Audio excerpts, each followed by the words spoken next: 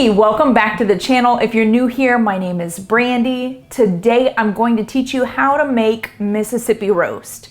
5 ingredients and an Instant Pot or crock pot are all you need for this. Now, I found this recipe on just about every keto board on the internet about 5 years ago when we were full speed ahead on keto. And to be honest, everyone in the house just loved it so much we kept it.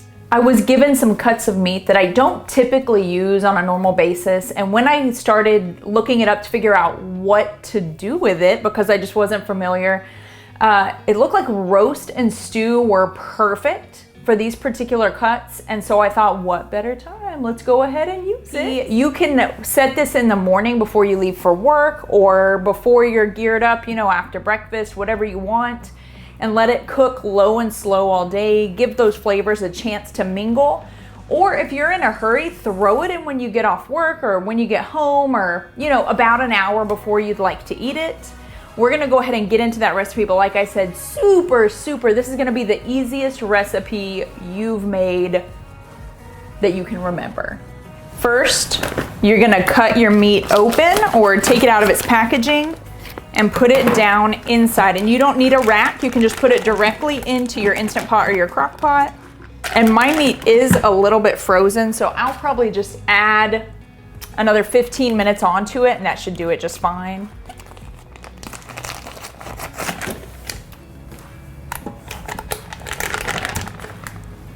Then we've got 1 cup of water going down in. Now, anytime that you cook in an Instant Pot, you do need water because the water makes the steam that cooks the food.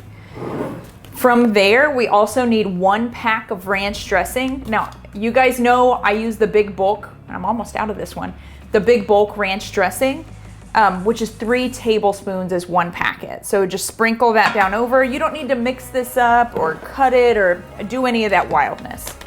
Au jus, 1 packet. Just sprinkle that down on top, and just smelling it reminds me of how good this is.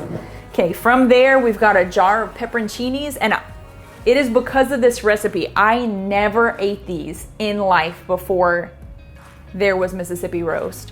And now I make sure it's always a staple in my house. So I use about a half a jar of the pepperoncinis. Now, I don't usually eat them. I usually just use them for flavor. But I do, like I said, about a half jar, and then a good amount of the juice as well.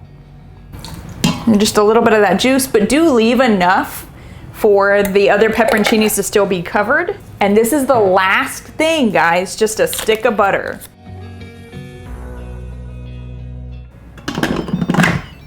Close her up. I keep moving my trash can trying to find like a better spot for it. And I think the only thing I really succeed in doing is continually just forgetting where the trash can is. So we're gonna pressure cook. I've got 4 minutes there, 5 minutes, and an hour. Let's move. You know what? I'm gonna leave mine in an hour just because my food is a little bit frozen. For the rest of you, 45 minutes should be plenty. If you want to put it on an hour, it is not going to overcook it. The only thing it's going to do is just tenderize that meat a little bit more. You're good to go. Just make sure your seal is set to seal, guys. And then we are going to let this release naturally. So in saying that, we've got our pin here. We're going to let it drop. We are not going to unlock that rocker. So just let it go until the pin drops. You'll see the L with, 40 minutes, 45 minutes, whatever that ends up being. Time lapsed after your cook time is up, but just let it do its thing. All right, I'll see you back when we're ready for dinner. Just like that, we're finished. Once your pressure is released, go ahead and remove your lid, and then you can separate your meat. I've got some caulisotto right here, and I'm just gonna top it with this pot roast.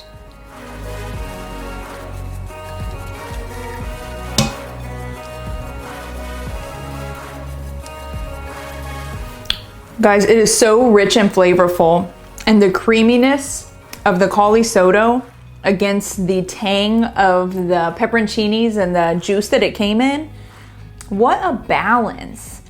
I hope that you really enjoyed this recipe, guys. If you did, go ahead and hit that thumbs up button down below. And for more recipes, meal planning, and copycats, go ahead and hit the subscribe button, ring that bell so you don't miss anything. I'm gonna go finish this.